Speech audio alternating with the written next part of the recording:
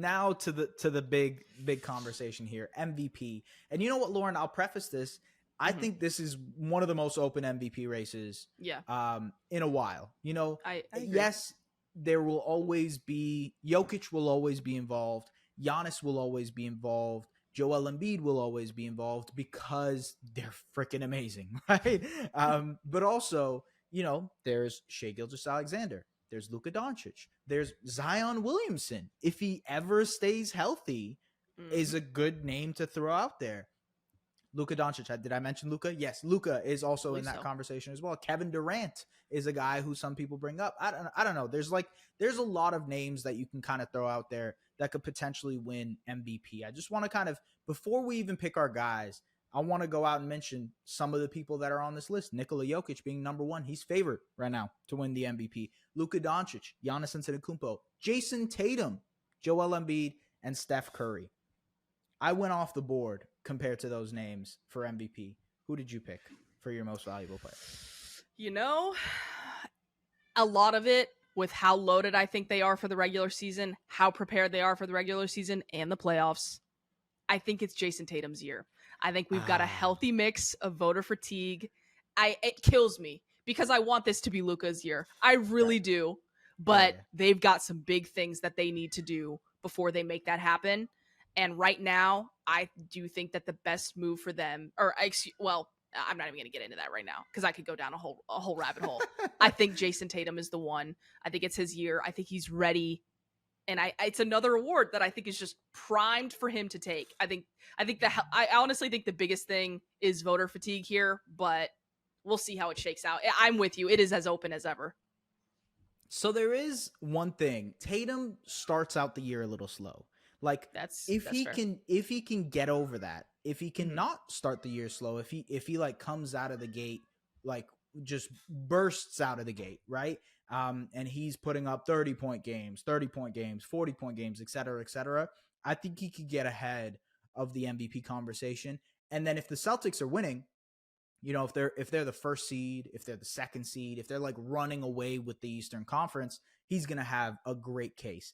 I even had him here. So I made a prediction, I made a predictions list like last month, and I put Jason Tatum as my MVP. So I hear you. I get it. I think Tatum is a great pick. I think he's bound to eventually at some point get an MVP award. I think with this current team, without Marcus Smart, he's going to be asked to do a lot more playmaking. His playmaking needs to improve if he can get to that level. He's obviously a good defender. I think ultimately there's a lot of easy ways to see Tatum winning the MVP and becoming the first American MVP since Steph Curry. So yes, I agree. I can hear it. I understand. I'm going to go ahead and say my MVP this year, just because I want to, just because I can, just because it's our podcast and I'm willing to go ahead and take a deep dive here. I am going to say the MVP will be Shai Gilgeous-Alexander. Yeah. I love it. I love it. Look, I just think OKC is ready for a huge year, man. I really do. Too. I think they're ready. I think like there's going to be a lot of conversation about who's leading that team. SGA was top 5 in MVP voting last season. He is a consistent 30-point per game guy.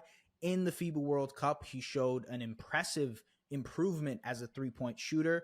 His 3-point shooting has consistently improved every single season. And I think this year he's going to add a very consistent 3-point shot.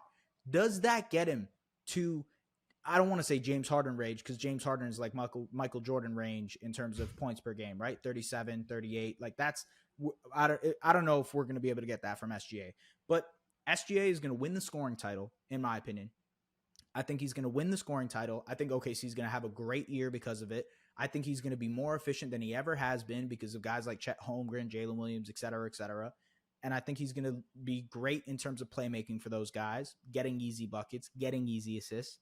SGA is going to lead the Oklahoma City Thunder to a top 4 seed in the West, and he's going to win MVP. That is my prediction there. There we go. I'm with you. I got it. I agree. I agree that he will win the scoring title, and I agree that they will be a top 4 seed in the West. I really do think, because what I think a lot of people maybe don't necessarily think about when they're going, when you're maybe predicting going into the season, is the flexibility and the guys that are going to be on the open market that are going to be available for addition to make an in-season acquisition, in-season addition, and not just having the assets to do it, but is it the right time to do it? And there are several restricted free agents out there. We just saw that today, guys that didn't necessarily sign their rookie contracts. And while I don't think that for OKC that would necessarily make a whole lot of sense because you're still dealing with the money, another young player, they have so many options and there are going to be so many available players and names that they could just slide in, especially when they already have so many prototypes